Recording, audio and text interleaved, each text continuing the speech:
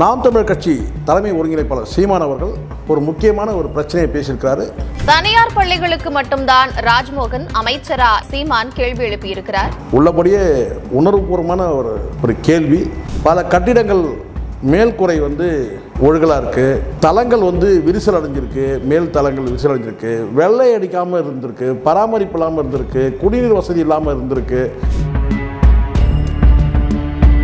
அதாவது தனியார் பள்ளிக்கு நிகரானு சொல்கிறத பார்த்தீங்கன்னா அந்த நிகருக்கெல்லாம் நம்ம போகவே முடியாது. நிகர்ன்ற வார்த்தைக்கே நம்ம நெருங்கவே முடியாது. அந்த வார்த்தையை வெறும் விளையாட்டு மட்டுமே இல்லை, கலை சார்ந்த விஷயங்களில் கூட பார்த்தீங்கன்னா பெரிய உட்கட்டமைப்புலாம் கிடையாது. திமுக அதிமுக தரப்பில் கேட்டால் அதுதான் பதில். ஆனால் சீமான் அவர்கள் கேட்குறாரு, இந்த கேள்விக்கு பதில் சொல்லுவாங்களான்னு பார்க்கலாம். திமுக கேட்டால் உங்கள் ஆட்சியில் நீங்கள் என்ன மேம்படுத்துனீங்க கேட்பாங்க. அதிமுக கேட்டாலும் அதுதான் கேட்பாங்க, உங்கள் ஆட்சி நீங்கள் என்ன மேம்படுத்துனீங்கன்னு சொல்லி கேட்பாங்க. இத்தனைக்கும் அதிமுக ஆட்சியில் அங்கே யார் கல்வித்துறை அமைச்சராக இருந்தார்னா இப்போ இருக்கிற செங்கோட்டையன் தான் கல்வித்துறை அமைச்சராக இருந்தார். இதை நினைவுபடுத்த விரும்புகிற இந்த இடத்துல ஆதவ அர்ஜுனா சமீபத்தில் பேசி அதை பேசி உங்களுக்கு தெரியும் நினைக்கிறேன். திரு உதயநிதி அவருடைய வாழ்க்கைக்காக எங்களுடைய மக்களை காவல்துறை மூலமா கொன்று கூச்சிங்களா, அதுக்கான பதில் எதோ சொல்லுவாங்க தெரியுமா, குண்டக்க மண்டக்க ஏடா கூடமா, காவல்துறை தான் அந்த சம்பவத்துக்கே காரணம்ன்ற மாதிரி சொல்லிட்டாரு. தவளை தன் வாயால் கெடுன்னு சொல்லுவாங்க பார்த்தீங்களா, அது இதுதான். இது ஒரு வகையான விஜய் அவர்களுக்கும் இது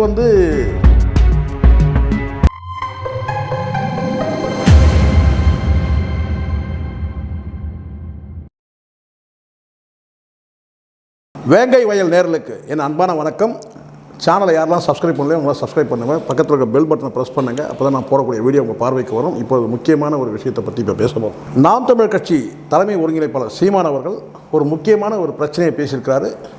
இந்த பிரச்சனை மிக மிக முக்கியமான ஒரு பிரச்சனை. என்னென்னு கேட்டிங்கன்னா, பள்ளி கல்வித்துறை அமைச்சர் ராஜ்மோகனுக்கு காட்டமான ஒரு கேள்வியை கேட்டிருக்கிறாரு. அதுவும் பொது மேடையில் கேட்டிருக்கிறாரு. நாம் தமிழர் கட்சியின் பொதுக்குழு மேடையில் அந்த பேச்சை பேசுனதை நம்ம பார்க்குறோம்.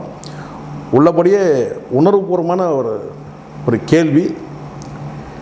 இந்த அரசு, தாவேக அரசு, பள்ளி கல்வித்துறை நிர்வாகம் பண்ணக்கூடிய ராஜ்மோகனுக்கு இந்த கேள்வி என்ன கேட்குறாருன்னா, தனியார் பள்ளிகளுக்கு நீங்கள் அக்கறை காட்டுறீங்க, அரசு பள்ளிகளுடைய உட்கட்டமைப்பை நீங்கள் மேம்படுத்துனீங்களான்னு சொல்லி கேட்குறாரு.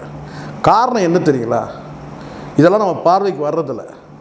பல கட்டிடங்கள் மேல்குறை ஒழுகலாக இருக்குது, தளங்கள் விரிசல் அடைஞ்சிருக்கு, மேல் தளங்கள் விரிசல் அடைஞ்சிருக்கு, வெள்ளை அடிக்காமல் இருந்திருக்கு, பராமரிப்பு இல்லாமல் இருந்திருக்கு, குடிநீர் வசதி இல்லாமல் இருக்குது. ஸோ இன்னும் பல விஷயங்கள் நம்ம சொல்லிகிட்டே போகலாம். சுற்றுச்சுவர் இல்லாமல் இருக்குது பல இடங்களில் புதர்கள் மண்டி கிடக்குது. இப்படி பார்த்திங்கன்னா அதை கடந்து பார்த்திங்கன்னா உள்ளே உள்கட்டமைப்புன்னு ஒன்று இருக்குது. அந்த உள்கட்டமைப்பில் பார்த்திங்கன்னா போதிய வசதி வாய்ப்புகள், கழிவறைகள், கணினி போன்ற சாதனங்கள், அதாவது தனியார் பள்ளிக்கு நிகரானு சொல்கிறத பார்த்திங்கன்னா அந்த நிகருக்கெல்லாம் நம்ம போகவே முடியாது. நிகர்ன்ற வார்த்தைக்கே நம்ம நெருங்கவே முடியாது அந்த வார்த்தையை. ஏன்னா தனியார் பள்ளிகள் இன்றைக்கி அந்த அளவுக்கு இருக்குது. அதுக்கு நம்ம நேரடியாக பல ஆதாரங்களை நம்ம காட்ட முடியும். தனியார் பள்ளிகள் எப்படி இருக்குது, அரசு துறை சார்ந்த பள்ளிகள் எப்படி இருக்குன்றதை நம்ம பார்க்குறோம். ஆனால் உள்ளபடியே பார்த்திங்கன்னா மேம்படுத்தக்கூடிய ஒரு காலகட்டத்தில் நம்ம இருக்கிறோம். காரணம் கேட்டால் அந்தளவுக்கு இன்றைக்கி தனியார் பள்ளிகள் பயிற்றுவிக்கிற முறைகள் எல்லாமே வேறு லெவலில் சொல்ல முடியும், அந்த அளவுக்கு இருக்குது. அப்போ அதுக்கு நிகர்ன்றதை தாண்டி என்ன கேட்டால் குறைஞ்சபட்சம் பார்த்திங்கன்னா அந்த உட்கட்டமைப்பு பார்த்திங்கன்னா மேம்படுத்தணுன்றதுக்கு பல +2 ஸ்டூடெண்ட்டு பல பேர் படிக்கிற இடத்துல லேப் பார்த்திங்கன்னா அந்த கட்டமைப்பு இருக்குல்ல, அதுவே கிடையாது. அதை கடந்து பார்த்திங்கன்னா பிள்ளைகளுக்கு உள் விளையாட்டு அரங்கம்னு பார்த்திங்கன்னா அதெல்லாம் தனியார் பள்ளியில் வேறு லெவல் பயங்கரமாக வச்சுருக்குறாங்க. ஆனால் அதெல்லாம் மாநகராட்சி பள்ளியிலையோ அல்லது நகராட்சி பள்ளியிலையோ அல்லது அரசு மேல்நிலைப் பள்ளியோ எதுவுமே கிடையாது. நான் சொல்கிறது வெறும் விளையாட்டு மட்டுமே இல்லை, கலை சார்ந்த விஷயங்களில் கூட பார்த்திங்கன்னா பெரிய உட்கட்டமைப்புலாம் கிடையாது. அப்போ இந்த இடத்துல சீமானை பகிரங்கமாக ஒரு கேள்வியை வெளிப்படையாக ஆவேசமாக கேட்குறாருன்னு கேட்டால், தனியார் பள்ளிகளை நீங்கள் அக்கறை காட்டுறீங்க, அரசு பள்ளிகளுக்கு நீங்கள் செய்தது என்ன, உட்கட்டமைப்பு நீங்கள் ஏன் அதில் கவனம் செலுத்தாமல் இருக்கிறீங்க அப்படின்னு ஒரு கேள்வியை கேட்குறாரு. அதை மேம்படுத்துறதுக்கு நீங்கள் என்ன நடவடிக்கை எடுத்தீங்கன்றதையாவது வந்து சொல்லுங்கன்னு கேட்குறாரு. இது ஒரு நியாயமான கேள்வியாக பார்க்கப்படுது. இப்போது உங்களுக்கு தான் தெரியும், இந்த தாவேக்கா அரசு வந்த பிறகு நீங்கள் எதை கேட்டாலும் வந்து இது கடந்த ஆட்சியை பற்றி அவங்க வந்து செஞ்சாங்களா இவங்க செஞ்சாங்களான்னு அப்படி தான் வந்து திமுக அதிமுக தரப்பில் கேட்டால் அதுதான் பதில். ஆனால் சீமான் அவர்கள் கேட்குறாரு, இந்த கேள்விக்கு பதில் சொல்லுவாங்களான்னு பார்க்கலாம். என்ன பதில் சொல்கிறாங்கன்றத உண்மையிலே மக்கள் வந்து ரொம்ப வாஞ்சையோடு காத்துட்ருக்குறாங்க, ஆர்வத்தோடு காத்துக்கிட்டு இருக்கிறாங்க. இதுக்கு பள்ளி கல்வித்துறை என்ன பதில் சொல்ல போகுது? யார் தான் கேட்குறதுங்க? இவங்களை யாருமே கேள்வி கேட்க முடியாது. திமுக கேட்டால் உங்கள் ஆட்சியில் நீங்கள் என்ன மேம்படுத்துனீங்க கேட்பாங்க. அதிமுக கேட்டாலும் அதுதான் கேட்பாங்க, உங்கள் ஆட்சியில் நீங்கள் என்ன மேம்படுத்துனீங்கன்னு சொல்லி கேட்பாங்க. இத்தனைக்கும் வந்து அதிமுக ஆட்சியில் அங்கே யார் கல்வித்துறை அமைச்சராக இருந்தார்னா இப்போ இருக்கிற செங்கோட்டையன் தான் வந்து கல்வித்துறை அமைச்சராக இருந்தார். இதை நினைவுபடுத்த விரும்புகிற அந்த இடத்துல எடப்பாடி அரசு காலத்தில் கல்வித்துறை அமைச்சராக இருந்தது, இந்த பள்ளி கல்வித்துறை அமைச்சராக இருந்தது இந்த செங்கோட்டையன் தான் இருந்தார். அந்த செங்கோட்டையன் இப்போ வந்து இந்த தாவேக்கா அரசில் ஒரு அமைச்சராக இருக்கிறார். இப்போ அந்த பள்ளி கல்வித்துறை வந்து யாராவது கேள்வி கேட்டால், ஒருவேளை இதை வந்து நம்ம ஏதோ காஷனுக்காக சொல்கிறோன்னு கிடையாது, யாராவது ஒரு கேள்வி கேட்டாங்கன்னா அதிமுகலேருந்து பள்ளி கல்வித்துறை சம்மந்தமாக கேட்டாங்கன்னா உங்கள் ஆட்சியில் நீங்கள் என்ன மேம்படுத்துனீங்கன்னு சொல்லிட்டு செங்கோட்டையனை பக்கத்தில் வச்சுன்னு கேட்க முடியாது. ஏன்னா அமைச்சர் செங்கோட்டையன் எடப்பாடி அரசில் வந்து பள்ளி கல்வித்துறை அமைச்சர். ஸோ அதனால் அந்த கேள்வி அங்கே வந்து கேட்க முடியாது. திமுகவோட அந்த கேள்வி நிறுத்திக்கலாம். ஆனால் சீமான் அவர்கிட்ட அந்த கேள்வியே போட முடியாது, உங்கள் ஆட்சியில் நீங்கள் என்ன பண்ணீங்க. ஏன்னா அவர் ஆட்சி அதிகாரத்தில் இல்லை. ஆனாலும் மக்கள் தொண்டில் மக்கள் சேவையில் அன்றாடம் 24 மணி நேரம் பணியில் அரசு பணியில் இருக்கிறாங்க. அரசு மக்கள் பணியில் கட் பண்ணுவாங்க. 24 மணி நேரம் மக்கள் பணியில் இருக்கிறார் சீமானை நோக்கி இந்த கேள்வி கேட்க முடியாது. இதே நீங்கள் வந்து ஆளுங்கட்சிக்கு வந்து கேட்கலாம், ஆண்ட கட்சியும் கேட்க முடியாது. ஏன்னா இப்போ செங்கோட்டையன் பள்ளி கல்வித்துறை அமைச்சராக இருந்தார். அதனால் ராஜ்மோகன் வந்து நழுவாமல் நேர்மையாக உண்மையாக இருக்கிற அமைச்சர்களையே வந்து பார்த்திங்கன்னா வந்து சிறப்பாக செயல்படக்கூடியவர் அப்படின்ற ஒரு பேர் வந்து ஒரு சில இடங்களில் பேசப்படுறதை நம்ம பார்க்குறோம். அது என்ன சிறப்பாக பேசுகிறாரு, ஆனால் செயல்படுறாரான்றதை நம்ம இனிமேல் தான் பார்க்க போகிறோம். இப்போ சீமான் அவர்கள் கேள்விக்கு அவர் என்ன பதில் சொல்கிறாருன்றதை பார்த்துட்டு அதுக்கு அடுத்த கட்டம் போகலாம். ஆனால் சீமான் அவர்கள் வந்து களத்தில் இறங்கிட்டார் சொல்லுவாங்கள்ல, களத்தில் இறங்கிடுச்சின்னு சொல்லுவாங்க இல்லையா, அது மாதிரி புலி வந்து களத்தில் இறங்கிடுச்சு அப்படின்னு தான் நம்ம சொல்லணும். ஆனால் வந்து சரியான கேள்வி, நியாயமான கேள்வி, பகிரங்கமான வெளிப்படையான கேள்வி ஆவேசமாக கேட்டிருக்கிறாரு. அரசு பள்ளிகள் வந்து உள்கட்டமைப்பு எந்த வகையில் மேம்படுத்தப்பட்டிருக்கு, உங்கள் அக்கறையெல்லாம் தனியார் பள்ளியில் தான் காட்டுவீங்களான்னு ஒரு காட்டமான கேள்வி கேட்டிருக்காரு. என்ன பதில் சொல்கிறாருன்றதை பார்ப்போம். இது ஒரு பக்கம். இன்னொன்று, ஆதவ அர்ஜுனா வந்து சமீபத்தில் பேசி அந்த பேச்சு உங்களுக்கு தெரியும் நினைக்கிறேன். மிக கடுமையான பேச்சு. எதோ சொல்லுவாங்க தெரியுமா, குண்டக்க மண்டக்க ஏடா கூடமா அப்படின்னு சொல்லுவாங்க பார்த்தீங்களா. அந்த மாதிரி பேசிட்டு இப்போ சிக்கலில் மாட்டிக்கிட்டு இருக்கிறத நம்ம பார்க்குறோம். அவர் பேசுகிறதுல வந்து உங்கள் சாராம்சம் உங்களுக்கு தெரியும் நினைக்கிறேன். நீங்கள் பார்வையில் நீங்களே பாருங்கள், இந்த காணொலி போடும்போதே நீங்கள் பார்த்துருப்பீங்க, இன்ட்ரோலேயே பார்த்துருப்பீங்க. என்னென்னா, ஒரு கணக்கு வழக்கு முடிக்க வேண்டியது இருக்குது, கரூர் சம்பவத்தில் ஒரு கணக்கு வழக்கு முடிக்க வேண்டியது சொல்லிவிட்டு அதை தொடர்ந்து என்ன சொல்கிறாருன்னா வந்து அந்த பழைய அந்த கரூர் பழையன்றதை அந்த கரூர் சம்பவத்தை மென்ஷன் பண்ணி என்ன சொல்கிறாரு, போலீஸ்காரர்கள் வந்து காவல்துறையை வச்சு இவங்க வந்து அந்த சம்பவத்தை அரங்கேற்றினாங்கன்னு சொல்கிறாரு. அதாவது காவல்துறை தான் அந்த சம்பவத்துக்கே காரணன்ற மாதிரி சொல்லிட்டாரு. இது வந்து என்னென்னு கேட்டால் சொல்லுவாங்க, தவளை தன் வாயால் கெடுன்னு சொல்லுவாங்க பார்த்தீங்களா, அது இதுதான். உள்ளபடியே வந்து இந்த கரூர் சம்பவமே அவர் பேசக்கூடாது சார். அது காரணம் என்னென்னா, சிபிஐயில் வழக்கு இருக்குது, அதை உச்சநீதிமன்றம் கண்காணிக்குது.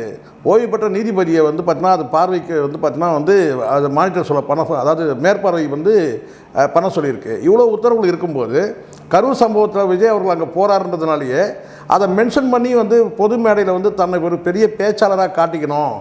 அந்த காலத்தில் வைகோ எப்படி பேசினார் அது மாதிரி நானும் வந்து பேசணுன்ற மாதிரி ஒரு முடிவு பண்ணிட்டாரா என்னன்னு தெரில. அல்லது அந்த கட்சியில் வந்து தன்னை நம்பர் 2ன்னு காட்டிக்கணுன்றதுக்காக அது மாதிரி பேசுகிறாரு தெரியல. தொடர்ச்சியாக வந்து பார்த்திங்கன்னா சர்ச்சையாக பேசுகிறது, வன்மத்தோடு பேசுறது, பழி உணர்வோடு பேசுகிறது, இப்படியே தொடர்ந்து பேசியிருக்கிறது தேவையற்ற வந்து இது வந்து ஒரு வகையான விஜய் அவர்களுக்கும் இது வந்து என்ன சொல்கிறது, ஒரு நெகட்டிவாக தான் முடியுது. இந்த இடத்துல எதை பேசணும், செயலில் காட்டுறதை விட்டுட்டு நீங்கள் செயலில் காட்டணும். இப்போது முழுக்க அது காவல்துறை உங்கள்கிட்ட இருக்குது. இப்போது உங்களுக்கு வந்து நீங்கள் போடுற உத்தரவை ஏற்று செயல்படக்கூடிய இடத்துல காவல்துறை இருக்குது. அப்போ அந்த காவல்துறையை நீங்கள் கலங்கப்படுத்துகிற மாதிரி ஒரு ஸ்டேட்மெண்ட் கொடுக்குறீங்கன்னா நீங்கள் என்ன அறிவார்ந்த அரசியல் பண்ணுறீங்க? ஆதவ அர்ஜுனா அறிவார்ந்த அரசியல் பண்ணுறாரா அப்படின்னு ஒரு கேள்வி ஆயிடுச்சு. எப்படி இந்த வார்த்தை சரியாக இருக்கும்? நீங்கள் வன்மத்தோடு பேசுகிறீங்க, பழி உணர்வோடு பேசுகிறீங்கன்றதை நம்ம பார்க்க முடியுது. அதை கடந்து நீங்கள் என்ன சொன்னீங்கன்னா, முதலமைச்சர் துறை அவர் கையில் இருக்க துறை, அது அவர் நிர்வாகம் பண்ணுற துறை, அதே நீங்கள் கலங்கப்படுத்துகிற மாதிரி வந்து என்றைக்காக இருந்தாலும் அதே போலீஸ் தானே சார், இன்றைக்கி இருக்கிற அதே போலீஸ் தான் சார் அன்றைக்கி இருக்குது, தமிழ்நாடு போலீஸ் தானே, காவல்துறை போய் ஒரு சம்பவத்தை இதை வந்து பண்ணுமா? அதை எப்படி நீங்கள் இப்போ சொல்கிறீங்க? சரி, அப்படியே நான் கூட பார்த்தீங்கன்னா அதை வந்து விசாரிக்கிறது சிபிஐ விசாரணை பண்ணுது. விசாரணை முடிவில் தெரிய போகுது யார் மேலே தப்பு என்ன தப்புன்றது. எல்லாருமே சாட்சியாக போயிருக்கிறாங்க. இதே முதலமைச்சர் சாட்சியாக போயிருக்கிறாரு, இந்த ஆதவர்ஜுனா சாட்சியாக போயிருக்கிறாரு, புஷியானந்த் சாட்சியாக போயிருக்காரு, காவல்துறை அதிகாரிகள் சாட்சியாக போயிருக்கிறாங்க, செந்தில் பாலாஜி சாட்சியாக போயிருக்கிறாரு. இவ்வளோ இருக்கும்போது பார்த்தீங்கன்னா ஒரு சாதாரண ஒரு சிறு பிள்ளைகளுக்கு கூட தெரியும் இது ஒரு வழக்கு நிலுவையில் இருக்கும்போது அது சம்மந்தமாக பேசக்கூடாதுன்றது எல்லாருக்கும் தெரியும். ஆனால் ஒரு படித்த ஒரு பட்டதாரியான சந்தேகமாக இருக்குதுங்க ஆதவர்ஜுனா. ஏன்னா இப்படி கூட யாராவது பேசுவாங்களா? இது எவ்வளோ வந்து ஒரு சங்கடத்தை ஏற்படும். ஆட்சிக்கும் சங்கடம், அரசுக்கும் சங்கடம், ஆட்சி அரசு நிர்வாகத்தை செய்யக்கூடிய விஜய் அவர்களுக்கும் சங்கடம். எவ்வளோ கஷ்டங்கள் இருக்குது தேவையில்லாமல். ஏற்கனவே இங்கே ஏகப்பட்ட பிரச்சனை இருக்குது. இதில் தினம் ஒரு பிரச்சனையை நீங்கள் கொண்டு வந்து போட்டிங்கன்னா உண்மையிலே விரக்தியான ஒரு சூழல் தானே ஏற்படும். அது முதலமைச்சருக்காக இருக்கட்டும் அல்லது வந்து பார்த்தீங்கன்னா அதை நிர்வாகம் பண்ணக்கூடிய மற்றவர்களாக இருக்கட்டும், யார் இது? அதுவும் நீங்கள் வேறு இதில் வேறு இருக்கிறதுல நீங்கள் தான் வந்து சூப்பர் மினிஸ்டர் வேறு பேர். இதில் வேறு அடுத்தடுத்து என்ன பேசுகிறோம், ஒரு மேடையில் உணர்ச்சி வசப்பட்டு பேசும்போது எச்சரிக்கை பண்ணியா எவ்வளோ பேர் நீதி. இப்போ நாங்களே ஒரு நேர்காணல் கொடுக்குறோம், நாங்கள் எவ்வளோ வந்து எச்சரிக்கை உணர்வோடு கொடுப்போம் தெரியுங்களா? காரணம் கேட்டால் நம்மளை விட அறிவார்ந்த ஒரு கூட்டம் இருக்குது, நம்மை விட அறிவார்ந்த கூட்டம் இருக்குது. அந்த கூட்டத்தில் வந்து பார்த்தீங்கன்னா உயர்ந்த நிலையில் வந்து பணியாற்றக்கூடிய அறிவார்ந்த நபர்கள் இருக்கிறாங்க, காவல்துறை அதிகாரிகள் இருக்காங்க, நீதி அரசர்கள் இருக்கிறாங்க. எல்லாம் நம்ம வந்து மீடியாவில் வந்து உட்காந்துட்டா பெரிய ஜாம்பவன்லாம் கிடையாது. அதே மாதிரி மேடையில் மைக்க பிடிச்சா பெரிய அறிவாளிலாம் கிடையாது. அதுவும் குறிப்பாக வந்து ஒரு 100 பேர் 500 பேர் கை தட்டுறாங்கன்னு சொல்லி பேசுனீங்கன்னா அது ஒரு வகையான போதை. அது எங்கேயே கொண்டு போய் விட்டுரும் நம்மளை. நாம் தான் பெரிய அப்பா டக்கர் அப்படின்ற நினைப்பில் பேசவே கூடாது. நீங்கள் அமைச்சராக கூட நீங்கள் இருங்க, ஆனால் என்ன பேசணுமோ அது கண்ணியமாக பேசணும், அமைதியாக பேசணும், பொறுமையாக பேசணும், அறிவார்ந்து பேசணும், உண்மையை பேசணும், சத்தியத்தை பேசணும், நேர்மையை பேசணும். ஏன்னா கடந்த காலத்தில் நடந்தது எல்லாமே தெரியும். 41 பேர் உயிர் இருந்தாங்கன்னா மக்களுக்கு பார்வை இருக்குல்ல, மக்கள் எல்லாத்தையும் பார்த்து தான் இருக்கிறாங்க. மக்கள் தான் நீங்கள் ஏதோ வந்து மாட்டு மந்த நினச்சிங்க. இந்த மக்கள் கூட்டத்தில் எல்லாருமே இருக்கிறாங்க. வண்டி இருக்கிறவங்க இருக்கிறாங்க, மூட்டை தூக்குறவங்க இருக்கிறாங்க, அதை விட வந்து நல்ல படித்த பட்டதாரிகள் இருக்கிறாங்க, அறிவார்ந்த நபர்கள் இருக்கிறாங்க, நீதி அரசர்கள் இருக்கிறாங்க. இப்படி பெரிய மக்கள்ன்றது ஏதோ ஒரு குறிப்பிட்ட கூட்டம் கிடையாது சார். இந்த மக்கள் கூட்டத்தை எல்லாருமே கலந்துருக்கிறாங்க, சட்ட நிபுணர்கள் இருக்கிறாங்க. ஸோ வந்து அன்றைய தினம் அந்த கூட்டத்தில் வந்து பங்கேற்ற மக்களும் இருக்கிறாங்க, அவங்களும் பார்த்துட்டு தான் இருக்கிறாங்க. அப்போது ஒரு சம்பவம் வந்து பார்த்தீங்கன்னா முடிஞ்சிச்சு, அதனுடைய விளைவுகள் என்னன்றது வந்து பார்த்திங்கன்னா வந்து இங்கே அதை விசாரணை பண்ணுறதுக்கான ஒரு குழு இருக்கும்போது அப்போ நீங்கள் வந்து அதை வந்து நீங்கள் ஏதோ ஒரு சவாலுக்கு தனிப்பட்ட சவால் மாதிரி நீங்கள் பேசினேன். அப்படி நீங்களே சாட்சியாக போயிட்டு வந்திருக்கீங்க சார், இன்னும் சார்ஜ் ஷீட் ஃபைல் பண்ணவே இல்லை, யார் மீது குற்றம் இருக்குன்றத இனிமேல் தான் தெரிய போகுது, உச்சநீதிமன்றம் கண்காணிக்குது. அப்போ நீங்கள் வந்து அதிகாரத்தில் இருக்கிற ஒரு அமைச்சர் வந்து இப்படி வந்து ஏடா கூடமாக பேசினா என்ன சொல்ல முடியும்? ஸோ இன்றைய தினம் வந்து நீதிமன்றத்தில் ஒரு உத்தரவுகள் வந்து வந்த வண்ணம் உள்ளது. பார்க்கலாம் என்ன நடக்குதுன்றதை பார்க்கலாம். நன்றி, வணக்கம்.